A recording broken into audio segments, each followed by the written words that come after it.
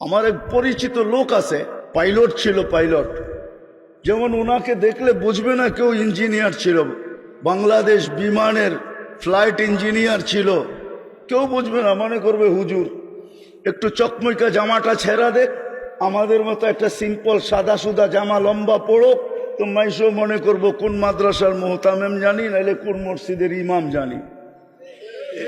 তা আমার এক বন্ধু আছে পরিচিত পাইলট, যখন প্রথম পরিচয় হয় ওর সাথে মক্কায় পরিচয় হয়েছে আমার, উমরা করতে যায়, তোয়াফ করতে সাই যখন করতেছিলাম তো পরিচয় হয়েছে। তো আমি জিজ্ঞেস করলাম, তুমি এত বড় এয়ারলাইন্সের পাইলট, তুমি এরকম হুজুর হইলে কি করে?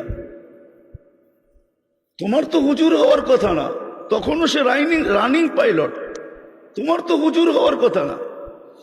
তা হাসতেছে আর বলতেছে, মুফতি সাহেব আমার জীবনের কাহিনী আছে।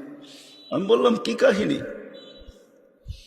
আমি একদিন ফ্লাইট নিয়ে যাইতেছিলাম হেথ্রো এয়ারপোর্টে, লন্ডন যাইতেছিলাম, কিন্তু ফ্লাই যখন করতেছিলাম তখন সবই ঠিক ছিল। যখন হেথ্রো এয়ারপোর্টের ইংল্যান্ডের সীমানায় ঢুকে গেছি, ল্যান্ডিং এর অনেকক্ষণ আগে ওনারা ভালো জানে সব চেক করতে হয় সব ঠিক আছে কিনা, আমি ল্যান্ডিং করতে পারবো কি পারবো না। বলে যখন আমি চেকিং এ গেছি তো দেখতেছি যে আমার চাক্কা নামবে না।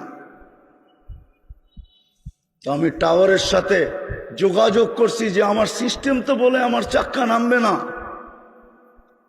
আমি তো বহু দূর থেকে আসছি, 8-9 ঘন্টা ফ্লাই করে আসছি, আমার তো ফুয়েলও নাই, তেল এতটুকু নেই যে আমি আমার জায়গায় ফেরত যাব।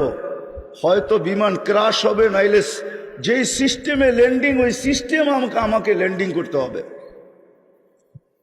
বলে পুরা হেথ্রো এয়ারপোর্টের ভিতরে ইংল্যান্ডে শোরগোল শুরু হয়ে গেছে যে এই ফ্লাইট নামবে কি করে। কিন্তু ওনারা ভালো জানে এরকম পরিস্থিতিতে ফ্লাইট কিভাবে নামে, সিস্টেম আছে দুনিয়াতে, তোরা সমস্ত ব্যবস্থা রেডি করছে। কিন্তু ওই পাইলট বলতেছিল, শোনো, হঠাৎ আমার একটা কথা মনে উঠছে যে আমি একদিন লন্ডনে ডিউসবারি মার্কাজে, ইঞ্জিনিয়ার সব চিনেন, ডিউসবারি মার্কাজে বয়ান শুনতেছিলাম যে আল্লাহ সব পারে, আল্লাহ আল্লাহ আল্লাহ সব পারে। বলে ওই কথা আমার দিলের ভিতরে গাইতেছিল, আর আমি ওই কথা আমার দিলের ভিতরে এরকম এফেক্ট করছে, আঘাত করছে, যে আমি সূর্যের ভিতরে চাপ দিয়ে আল্লাহু আকবার বলে আল্লাহ সব পারে বলে চাপ দিছি, চাক্কা গড়গড়ায় নেমে গেছে।